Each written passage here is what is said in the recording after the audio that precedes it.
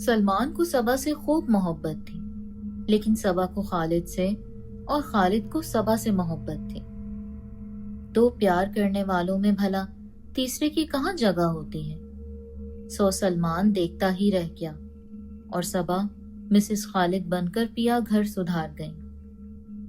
کہانی یہاں ختم نہیں ہو جاتی، بلکہ یہاں سے شروع ہوتی ہے۔ سلمان جلتا کڑتا رہا، صبا کو سوچ سوچ کر روتا رہا۔ رفتہ رفتہ اس جلن کڑھن کی جگہ غصے اور نفرت نے لے لی۔ خالد سے نفرت، اور یہ نفرت انتقام کا جذبہ لے کر آئی۔ محبت میں سب جائز ہے جیسے فضول سے مقولے پر عمل درآمد کرتے ہوئے سلمان نے خالد سے بدلہ لینے کی ٹھانی، اور بدلہ لینے کے لیے اس نے جادو کا سہارا لیا۔ جادوگر بننے کے لیے اس نے قابل وضاحت عمل کیے اور چلے کاٹے، قبلہ رخ کے مخالف سمت میں الٹی نمازیں پڑھی، شیطان کو پکارا، اس کا ورد کیا۔ نتیجتاً اس نے خدا کو ناراض کیا اور جادوگر بننے کا شرف حاصل کیا۔ اور یہ اس کے جادو کا ہی اثر تھا کہ صبا اور خالد میں صبح لڑائی شروع ہوئی اور شام کو ختم ہوئی۔ بھری محفل میں صبا غلیظ غلیظ گالیاں بکنے لگ جاتی، اور کبھی کبھار 10 لوگوں میں بیٹھ کے اسے ایسا لگتا جیسے وہ اکیلی ہے، اور وہ انجمن کو خلوت سمجھتے ہوئے کپڑے بدلنے کھڑی ہو جاتی۔ چونکہ خالد کو صبا سے محبت تھی، اس لیے وہ خوب گھبرایا اور بھاگا بھاگا صبا کو سائیکیٹرسٹ کے پاس لے گیا۔ سائیکیٹرسٹ کی دوائیں سب بیکار ثابت ہوئیں۔ نتیجہ وہی، حسب توقع۔ 2 سال کی بھاگ دوڑ کے بعد بھی جب صبا ٹھیک نہ ہوئی تو خالد نے ماں کے دباؤ میں اسے طلاق دے دی۔ طلاق یافتہ صبا سے سلمان نے شادی کی خواہش ظاہر کی۔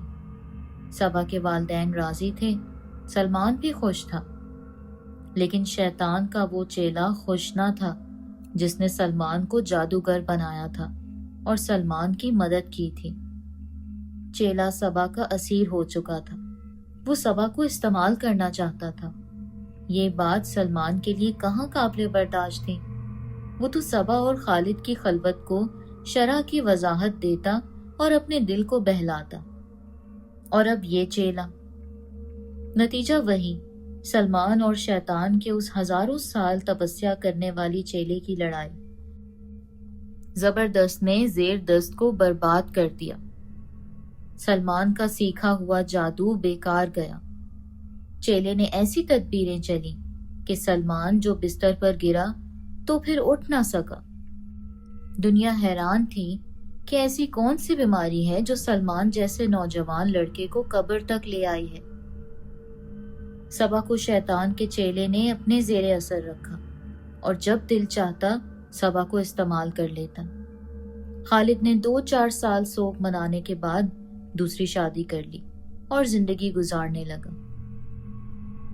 جادو اور شیطان کی پیروی نے کسی کا کچھ نہ سنوارا، بلکہ سب بگاڑا ہی ہے۔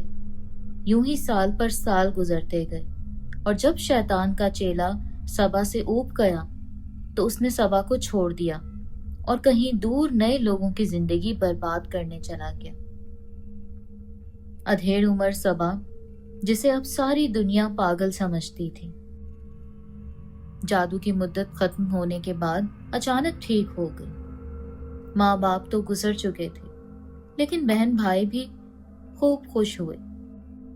اپنی بساط سے بڑھ کر خیراتیں کی اور نذرانے بانٹے گئے، اور صبا جب سے صحت مند ہوئی تھی یہی سوچتی تھی کہ بھلا وہ کیسے پاگل ہو سکتی تھی، لیکن اسے اس کا جواب نہ ملا، اور نہ ہی ملنا تھا، کیونکہ اس سوال کا جواب دینے والا خود غرض محبت رکھنے والا مرد، جادوگر، اپنے ہی جادو کے ہاتھوں سالوں پہلے مر چکا تھا۔